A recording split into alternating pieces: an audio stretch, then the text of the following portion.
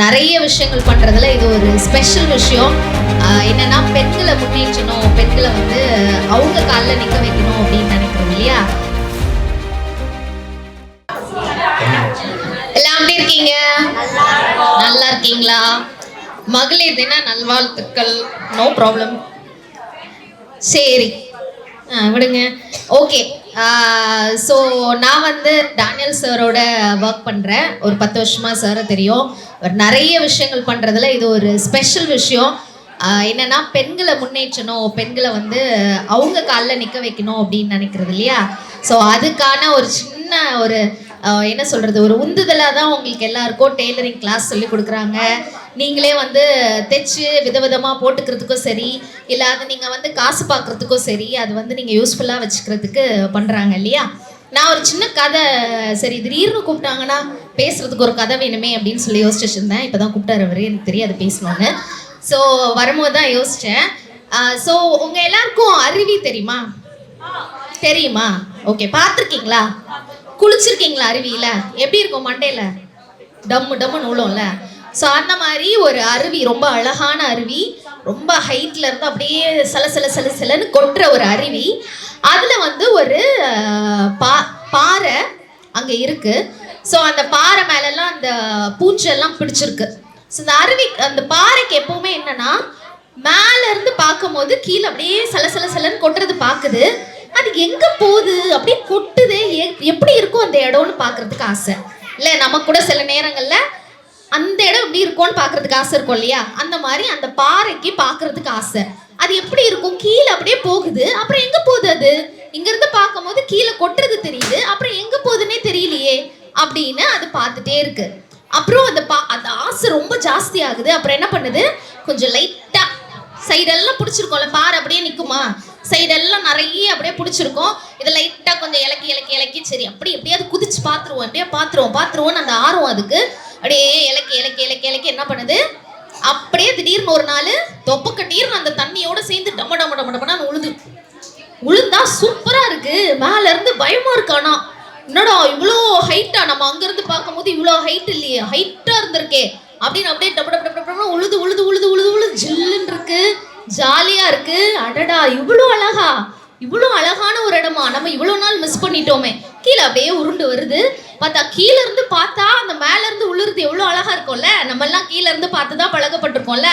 அது மண்டையில டப்பன்னு தண்ணி உழுது. அதுக்கு பா இப்படி இருக்கா, இதை இவ்வளோ நாள் மிஸ் பண்ணிட்டோமே அப்படின்னு. இந்த பாறை அந்த உருண்டு போக இது தண்ணியில அப்படியே உருண்டு போக பாறை என்ன ஆகுது, கொஞ்சமா கூழாங்கெல்லாம் மாறிட்டே வருது. அழகா சைடெல்லாம் அந்த ரஃப்பா இருந்த இடம்லாம் அப்படியே உரசி ஷைனிங் ஆகிட்டே வருது.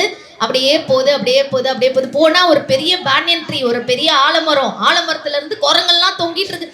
டேய், குரங்கே நான் பார்த்தது இல்லையடா, இதான் குரங்கா, இவ்வளோ பெரிய வாழா அதுக்கு அப்படின்னு நினைக்குது இந்த பாறை. அப்படியே சுற்றி பார்த்தா ஒரு பெரிய யானை நடந்து போகுது. அது பக்கத்தில் பார்த்தா குட்டி மீனெல்லாம் அழகழகா கலர்ஃபுல்லாக அப்படியே நீந்தி போகுது. இதுக்கு ரொம்ப ஆச்சரியம், இவ்வளோ அழகா இருக்குமா உலகம்? நான் என்னமோ உலகம் வந்து இந்த அருவி கொட்டுது அது மட்டும் தான் நினச்சிட்டு இருந்தேன். மேலே பார்த்தா வானம், கீழே பார்த்தா அருவி, இதுதான் உலகம்னு நினச்சிட்டு இருந்தேன். ஆனால் இது இவ்வளோ அழகா இருக்கே, இவ்வளோ அழகா நம்ம அப்படியெல்லாம் போக முடியுமா அப்படின்னு நினச்சிட்டு இது அப்படியே பயணப்பட்டு போகும்போது இது என்ன ஆகுது, கூழாங்கல்லாம் மாறுது. நம்மளுக்கும் இந்த மாதிரி ஒரு ஆசை என்னதான், நம்ம வாழ்க்கையில் எப்படியா முன்னேறணும் ஒரு ஆசை வருதா, இப்படியா முன்னேறிடணும், இப்படியா அவங்கள மாதிரி இப்படி போயிடணும் அப்படின்னு ஆசை வரும்போது தான் நம்ம என்ன பண்ணுறோம், டபக்கடீர்னு குதிக்கிறோம். அதுக்கு ஒரு சான்ஸாக தான் நமக்கு யூஆர் லவ்டு ஸ்டிச்சஸ்ன்னு ஒரு ப்ரோக்ராம் வைக்கிறாங்க. அதுக்குள்ளே குதிச்சுட்டு அங்கேயே இருந்தோம்னா என்ன, அங்கேயே இருப்போம் திரும்ப. ஆனால் அங்கேயே இல்லாமல் நம்ம அப்படியே உருண்டு போகும்போது நம்ம என்ன ஆகுறோம், அழகான கூழாங்கல்லாம் ஆகுறோம். அப்புறம் இந்த பாறை கூழாங்கல்லாம் ஆயிடுச்சு இல்லையா? இப்படி போயிட்டு இன்னொரு பாறையை போய் இது மோதுது.